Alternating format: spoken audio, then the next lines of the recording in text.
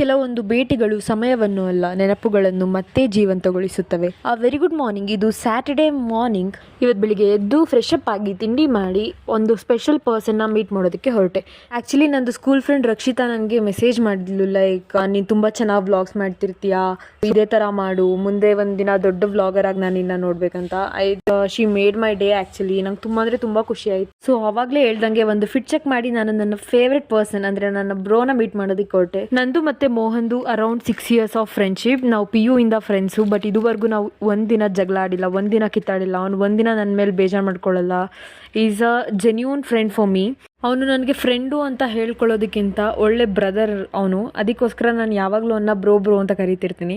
So ಅವನ್ನ ನೋಡಿ ತುಂಬ ದಿನ ಆಗಿತ್ತು. ಸೊ ಇವತ್ತೊಂದು ಇಡೀ ದಿನ ಅವನ ಜೊತೆ ಸ್ಪೆಂಡ್ ಮಾಡಿದೆ, ಮಾತಾಡಿದೆ, ಊಟ ಮಾಡಿದ್ವಿ, ಸುತ್ತಾಡಿದ್ವಿ. ನಾನು ಅವತ್ತಿಂದ ಅವ್ನು ನನಗೆ ಹೇಳ್ತಿದ್ದ ಹೆಸರುಘಟ್ಟ ಲೇಕ್ ನೋಡ್ಬೇಕು, ನೀನು ಚೆನ್ನಾಗಿದೆ ಅಂತ. ಸೊ ಅವನ ಜೊತೆ ಹೋಗಿದ್ದು ಮತ್ತೆ ವಾಪಸ್ ಬಂದೆ. ಸೊ ಇದಾಗಿತ್ತು ಇವತ್ತಿನ ವ್ಲಾಗ್. ಸಿಗುವ ಮತ್ತೆ ನೆಕ್ಸ್ಟ್ ವ್ಲಾಗಲ್ಲಿ. Love you all. Good night.